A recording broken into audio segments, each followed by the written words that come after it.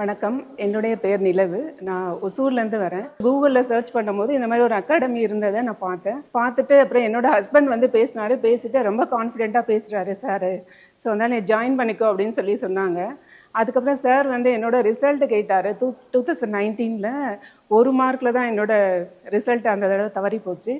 Sir வந்து நீங்களாம் state rank வாங்குற அப்படின்னு சொல்லி ரொம்பவே அந்த ஒரு வார்த்தை எனக்கு ரொம்ப பெரிய ஒரு மோட்டிவேஷனாக இருந்தது. அவரோட மெட்டீரியல், அவரோட மோட்டிவேஷன் ஸ்பீச்சு, அவரோட சப்போர்ட் இதெல்லாம் தான் என்னோட சக்ஸஸ்க்கு பெரிய ரீசன். அதனால் நான் டே அண்ட் நைட்டு நான் எத்தனை மணி நேரம் தூங்குவேனே எனக்கு தெரியாது.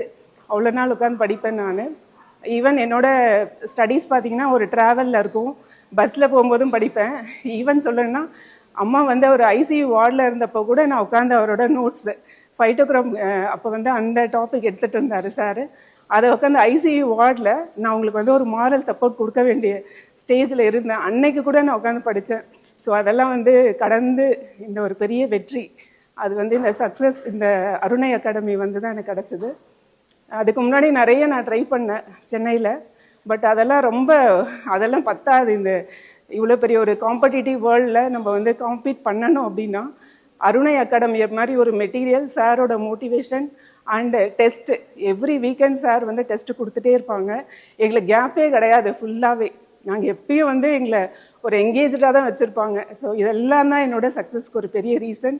இந்த அகாடமி எனக்கு முன்னாடியே தெரிஞ்சிருந்தால் இன்னும் ஒரு 10 வருஷம் முன்னாடியே எனக்கு வந்து இந்த சக்ஸஸ் நான் அச்சீவ் பண்ணியிருப்பேன். So thanks for Arunai academy. மது சாருக்கு என்னோட ரொம்ப பெரிய தேங்க்ஸ். நானும் என்னோட குடும்பத்தாரும் வந்து ரொம்பவே கடமைப்பட்டிருக்கோம்.